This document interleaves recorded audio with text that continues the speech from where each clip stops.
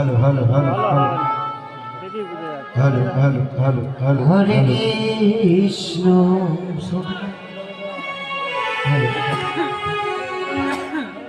কৃষ্ণ কৃষ্ণ হরে হরে জনিতাই জনিতাই জনিতাই জগৎ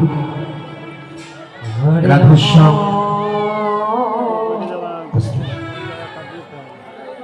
ও মায়েরা হরে রাম সকলের চোখে ঘুম, তাই না?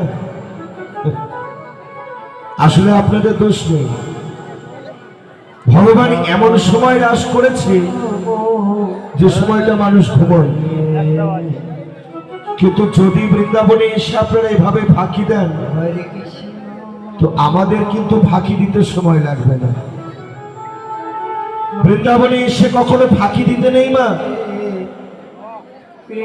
বৃন্দাবনে মায়েরা দেবে উলুধ্বনি, বাবারা দেবে হরিধ্বনি, আর আমরা দেব কৃষ্ণ নামের ধ্বনি। আর ওই তিন ধ্বনি মিলে হয় এক প্রতিধ্বনি। আর এই ধ্বনি যতদূর যাই গো কোনো পাপ তাপ থাকে না।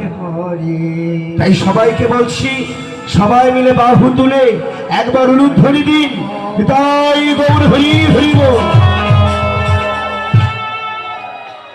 হরে রাম সত্যি খুব ভক্ত এখানে আছে।